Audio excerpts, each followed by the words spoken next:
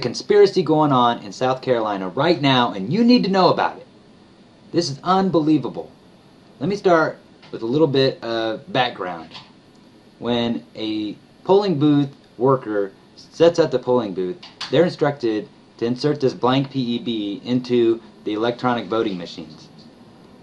After they've done this, they push a couple buttons, and then they're supposed to print out the screen that is called a zero tape. The zero tape is a tape, a receipt, that shows 0 counts for all voters.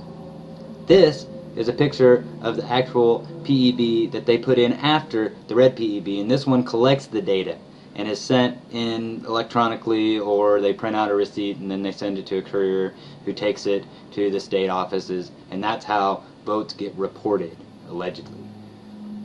Well, this blank PEB is supposed to have 0, and the workers are told that if you don't get a zero tape and there's votes on there, then you need to contact the State Department immediately, or whoever the election official is, and let them know.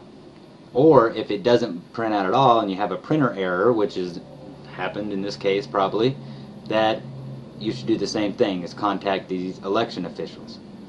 Well, I'm here to say this, that some of those blank PEBs might have had 1,000 votes for Gingrich on it, which is very interesting considering that Newt Gingrich is a 33rd degree Mason. And a 33rd degree Mason might have got tapped on the shoulder a long time ago to be our next president in case Obama doesn't get reelected. We all know that Obama is not the man that we want in office. But I'm here to say that we probably don't want another 33rd degree Mason like the Bushes in office either. Or another bonesman like Clinton. So what happens when there's 1,000 extra votes? Well, they have to take those 1,000 extra votes away from somebody, and I have a good idea who lost those 1,000 votes. Maybe you do too. You ever see something that just catches your eye and makes you wonder about what's going on? You ever wonder if there really is some kind of conspiracy?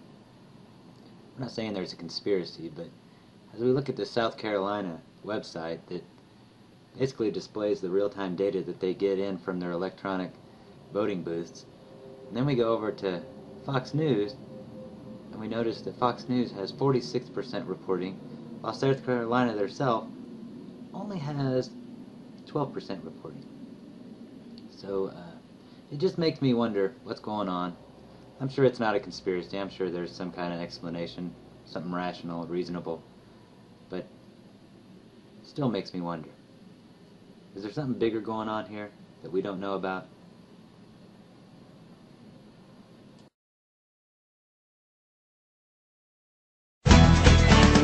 Well, as I said, the 2012 election season is upon us, but our next guest is warning rampant voter registration fraud is threatening freedom and fairness of the entire process beginning now. Joining me from Washington, D.C. is Tom Fitton, president of Judicial Watch. Tom, let me say first, thanks for being here. Secondly, the issue of voter fraud, I think most people thought with Acorns being sort of thrown out of the process that threat was minimized considerably. You say not so. No, their front group, Project Vote, which has a lot of Acorn people still there. They're actually based in Acorn's old headquarters in Washington, D.C. They're still very active. We recently got documents from Colorado showing they pressured the Secretary of State's office there to allow those on public assistance to more easily register to vote. Project Vote is out there trying to register Obama's food stamp army, and they're active in Virginia, Louisiana, and other states opposing efforts to have stricter voter ID requirements. Well, next you're going to tell me that Project Vote is still affiliated with the Service Employees International Union. Well, they're all part of that cadre of left-wing groups out there trying to overwhelm the system with voter registrations. And in 2008, for instance, in Nevada, where they were paying people to get per person to get voter registrations, you're not allowed to pay to get voter registrations. Okay. Hey, what is up, YouTubers? Mal Larson 10, and breaking news out of South Carolina. I know I've been reporting on this a lot lately, but again, another news article showing voter fraud in South Carolina. This is coming from the Attorney General of South Carolina. They're saying that there are 953 ballots that were cast by voters who are listed as dead. Dead. So I guess the voters came back from the grave, came out and casted their vote for Newt Gingrich.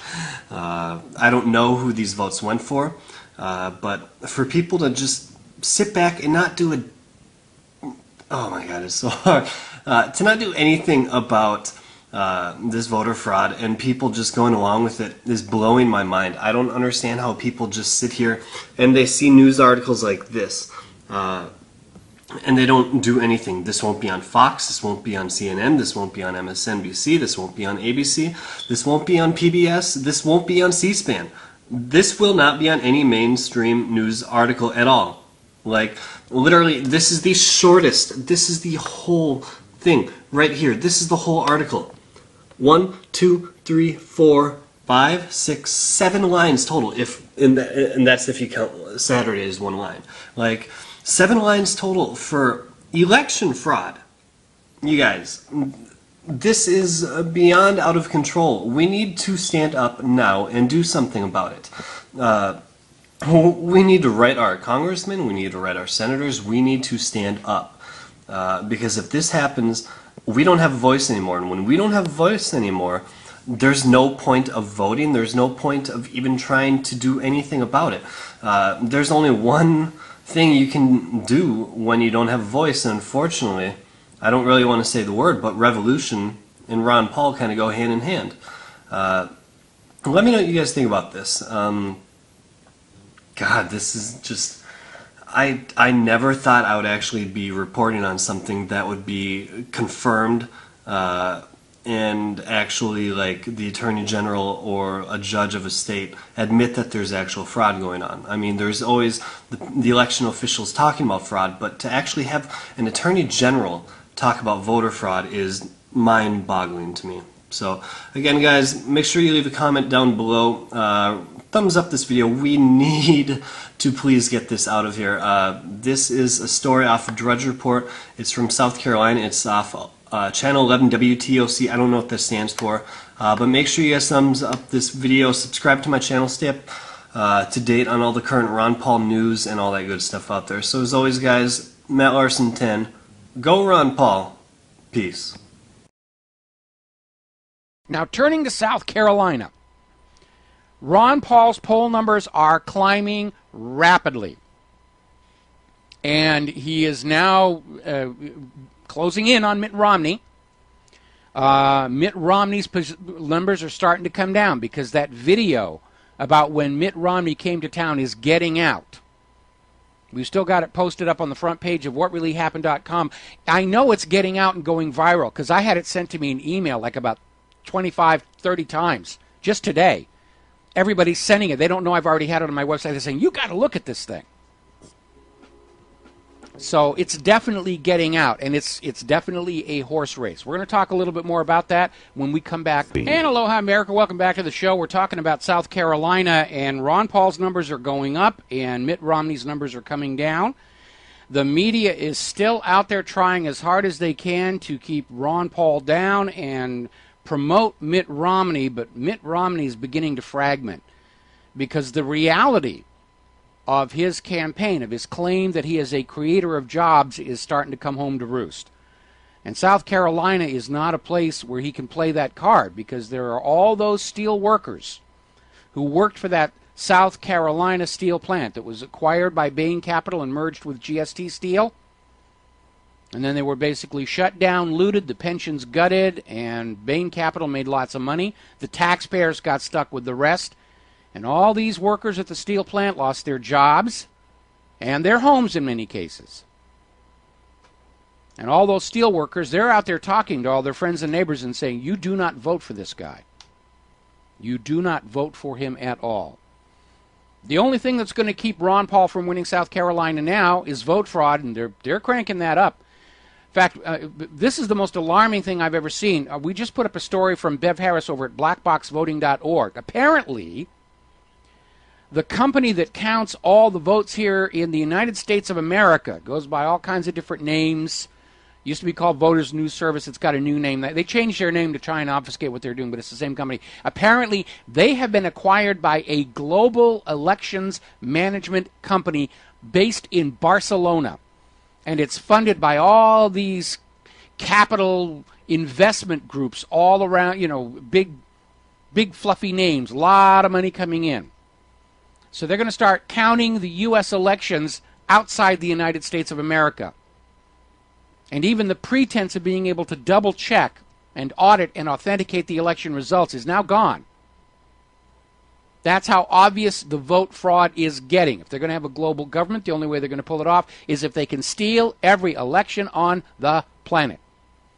And so apparently a lot of these venture capitalists have thrown the money together. They've created this new global elections management company, and they're giving up the money to go out and simply buy up every other private organization that counts the vote, and to go in and offer financial inducements to those areas that don't have private companies counting the vote to say, let us take it over. We'll run your election for you. What could possibly go wrong?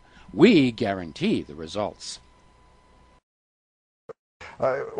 What is this issue of security? I mean, we move into the technology, and it gets even more frightening. Yes, that's true. And these machines are very hackable. So if a machine is unsupervised for more than a minute, someone could get to it and put in a virus or a hack. This is crazy. Exactly. In fact, I learned firsthand from Princeton Professor Edward Felton just how easy it is. This is a Diebold TS machine that is used pretty widely around the country. And this is a hackable machine, is it not? It takes only about a minute with an unsupervised machine to insert the virus. The voting machine virus is on this memory card. All of the machines apparently use the same key. Anyone who can get the door open and stick in a memory card can insert a virus or do whatever they like. Why don't you show me first how the machine works? One of the things they can do is what's called logic and accuracy testing, which is basically holding a pretend election. The virus is not kicking in yet, it's just lurking in the background. In this case, we have a race for president between George Washington and Benedict Arnold. And so I'll cast a test vote for George Washington. I'm going to be just renegade and vote for Benedict Arnold just for the fun of it. Okay. Now, if you look here in the middle, it has the count, the vote count for our testing. George Washington, 1 vote. Benedict Arnold, 1 vote. Now we're hackers. We just did the test checked out. Now we're hackers. Yes. So this is the screen that a voter sees on election day when they show up to vote. You've checked in at the front desk. Here's your voter card. Okay, so for real, I have to vote for George Washington. Of course. Of course. We can cast a few more votes in our election if you like. I'm going to vote for George Washington. And we do George Washington again. This virus has been instructed to steal the election for Benedict Arnold. The records have been modified so that the records inside the voting machine show 2 votes for Benedict Arnold and 1 vote for George Washington. So prove that it stole it. What we see is that we don't have 3 votes for George Washington. So this machine has been highly compromised. This machine has been highly compromised. It counts the votes wrong. This particular voting machine in an election has a virus. Yes. That's only one machine. How does that, if someone really has malicious intent, how does that go from machine to machine? The way it spreads is on the removable memory cards. At the end of election day, if this card is taken back to headquarters, and it's put into a machine back there, the central election headquarters can be a sort of vector for the virus to spread. What do you think of this machine? Well, it's not a very secure machine. The Diebold machines we tested do not have a paper trail. The record tape on the inside of the machine can be altered by the virus, and there is no other record of how someone voted. Once they walk away, that vote can be lost or stolen, Lou. How long did it take the folks at Princeton to figure out how to do this? Well, they got the machine, but it took them about a month to do it, and they did it with 1 professor and 2 graduate students. It didn't take them very long. This